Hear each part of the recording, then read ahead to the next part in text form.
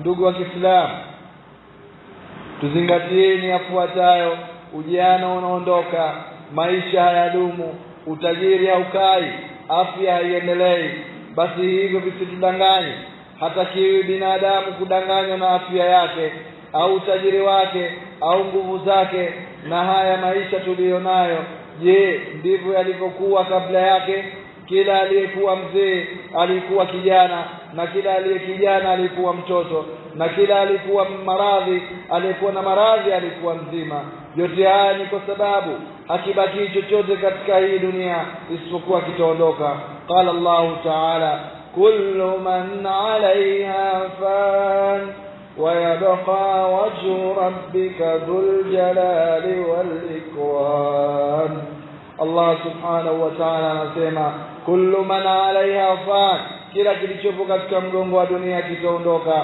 Wa yabqa wajhu rabbika dhil jalali wal ikram, na tabaki Allah subhanahu wa ta'ala bali mtukufu na mwenye nguvu. Qala Rasulullah sallallahu alayhi wasallam, amesema Mtume sallallahu alayhi wasallam, hasibu anfusakum qabla an tuhasabu, jihisabuni nafsi zenu kabla kujahisabiwa.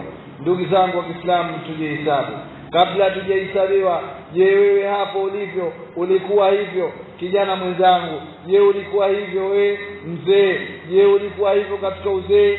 Mgonjwa, je ulikuwa hivyo katika ugonjwa? Kila siku zikenda mbele mwili unatuacha, nguvu zinapungua, kwani Waswahili wanasema binadamu si samaki, kama kila siku anazidi kuwa ngumu. Kutokana na sababu hiyo, qala Rasulullah sallallahu alayhi wasallam, amesema Mtume sallallahu alayhi wasallam, ikhtanimu khamsan qabla khamsin, yawahini mambo matano kabla kukufika mambo matano.